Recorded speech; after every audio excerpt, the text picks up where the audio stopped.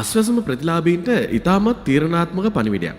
පෙබරවාරි මාසයේ දීමනාව ලැබෙන දිනය සහ ප්‍රතිලාභීන් කපා හැරීම සම්බන්ධයෙන් අලුත්ම තොරතුරු දැන් වාර්තා වෙනවා.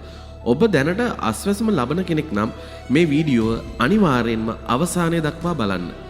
දැනට ලැබෙන තොරතුරු අනුව අස්වැසුම පළමු අදියරේ ප්‍රතිලාභීන්ගෙන් 26%ක්ම මේ සඳහා නුසුදුසු පුද්ගලයන් බව හඳුනාගෙන තියෙනවා. ඒ කියන්නේ ඇත්තටම අස්වැසුම ලැබිය යුතු නැති පිරිසක් මේ දීමනාව ලබා ගන්නවා. රජය දැන් තීරණය කරලා තියෙනවා මේ සියලු දෙනා පද්ධතියෙන් ඉවත් කරන්න. ඒ නිසා ඉදිරියේදී විශාල පිරිසකගේ අස්වැසුම කපා හැරීමට නියමිතයි. අන්න ඒ නිසායි දැන් දිවයින පුරා දැඩි සමීක්ෂණයක් ක්‍රියාත්මක වෙන්නේ. මේ දත්ත පරීක්ෂා කිරීම නිසා පෙබරවාරි මාසයේ ගෙවීම් සම්බන්ධයෙන් යම් ගැටලුවක් මතුවලා තියෙනවා. පෙබරවාරි 8 හෝ 9 වෙනිදා වන විට පද්ධතිය යාවත්කාලින කළත් අනුමත වීමට ගතවන කාලයත් එක්ක ගෙවීම් පෙබරවාරි 15 වෙනි පසුවට කල්යාමේ වැඩි ඉඩකඩක් තියෙනවා. නැවත සමීක්ෂණයට එන නිලධාරීන්ට නිවැරදි තොරතුරු ලබා දී ඔබේ අස්වැසුම තහවුරු කරගන්න.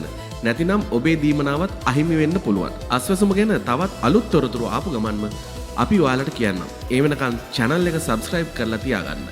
ස්තුතියි.